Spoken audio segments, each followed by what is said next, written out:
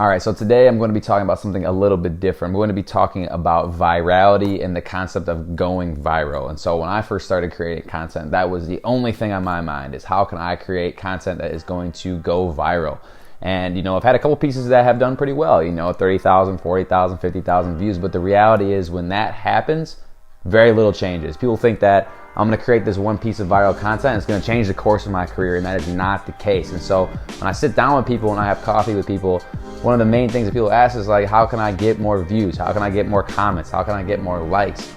And my question to you is why? Why do you want to get more comments? Why do you want to get more likes? What do those metrics have on your bottom line? Is that going to make you happy? Are you going to be chasing happiness by chasing likes and comments and engagement? And if so, that's going to be a pretty dark hole when you don't get those likes and comments, right? So I think we need to take a step back here and look at what the actual overarching message is. And this is something that I've had to refine in my content too, is what do I want to be known for?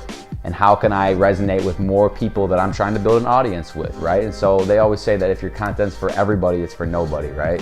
And so it's not as much about thinking about how can I go viral. It's how can I produce content that's going to generate, one or two conversations, whether that's in the comments or in the direct messages, that are going to actually be able to translate into offline relationships. And so it's all about using social media as the phone book. I always say social media is a phone book, right? So you want to create content to get in front of people, but then you want to use that to kind of narrow your relationships and start building those trust with people that are actually going to serve you and you can serve them, right? It's mutually beneficial. So it's not about getting 1,000 likes or 1,000 comments. And if you do, that's great. I mean, you have an audience, right? But that doesn't mean that you're generating income from doing so.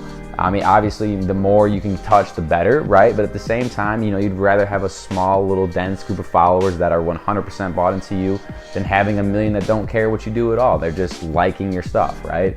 And so it's a reality check for a lot of people is that virality is not going to change your bottom line. It's going to be the content that's very clear and concise and targeted towards the people you want to speak to, and then translated into those offline relationships that you can use to benefit both parties.